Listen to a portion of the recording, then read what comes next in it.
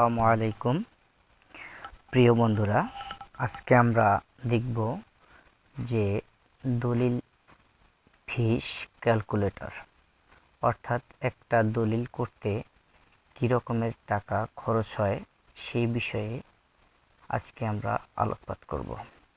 এই যে আপনারা দেখতে পাচ্ছেন যে দলিল ফিস ক্যালকুলেটর। তো শুরুতেই আমরা এটাতে ট্যাপ করি। এটার উদ্ভাবন ও বাস্তবায়নে যিনি করেছেন তার নাম দেখালো। এরপরে আমরা এখন প্রবেশ করব দলিল রেজিস্ট্রেশন ফি, এইটাতে আমরা প্রবেশ করব। এটাতে ট্যাপ করলাম। এখন আমরা দলিলের ধরন বাছাই করব, মানে কী রকমের দলিল আমরা করতে চাচ্ছি। তো প্রথমে এখানে ট্যাপ করলাম। ট্যাপ করে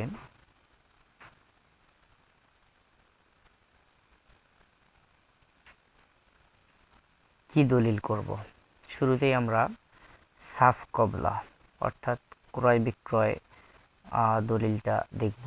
এই যে এটা সাফ কবলা, এখানে প্রবেশ করলাম। তারপর বিভাগ বাছাই করতে বলছে যে আপনি কোন বিভাগ থেকে জমিটি কবলা করতে চাচ্ছেন। বিভাগ, তারপর হচ্ছে জেলা, তারপর হচ্ছে জমির অবস্থান, তারপর হচ্ছে জমির মূল্য। আমরা একে একে ট্যাপ করে এখানে প্রবেশ করব। তো বিভাগ সিলেক্ট করে আমি দিলাম রংপুর বিভাগ।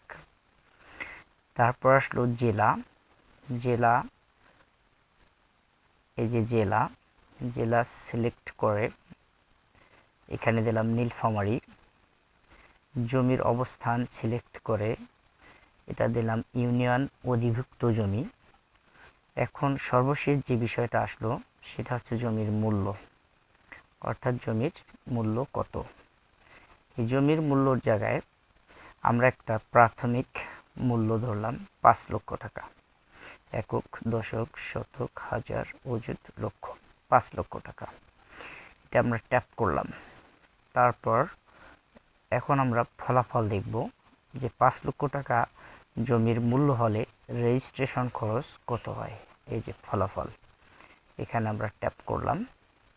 এখন এখানে যেটা দেখাচ্ছে তাহলে এই যে জমির স্ট্যাম্প শুল্ক 1.5%, তারপর হচ্ছে রেজিস্ট্রেশন ফি 1%, স্থানীয় কর 3%, উৎস কর 2%। আবার এখানে আছে এনএন ফি, তারপর হচ্ছে ই ফি, তারপর হচ্ছে কোর্ট ফি। সব মিলিয়ে জমির টোটাল যে মূল্যটা দেখা যাচ্ছে সেটা হচ্ছে এই যে 38,510 টাকা। এই যে যেটা দেখা যাচ্ছে 38,510 টাকা। এটা হচ্ছে 5 লক্ষ টাকা জমির যদি মূল্য হয়, তাহলে রেজিস্ট্রেশন খরচ বাবদ 38,510 টাকা ফি আসবে। এখন আমরা দেখব যদি জমিটি সাত কবলা ব্যতিরিকে হেবার ঘোষণাপত্র হয় তাহলে খরচ কত আসবে। তা আমরা সিলেক্ট করলাম হেবার ঘোষণাপত্র। এই যে হেবার ঘোষণাপত্র।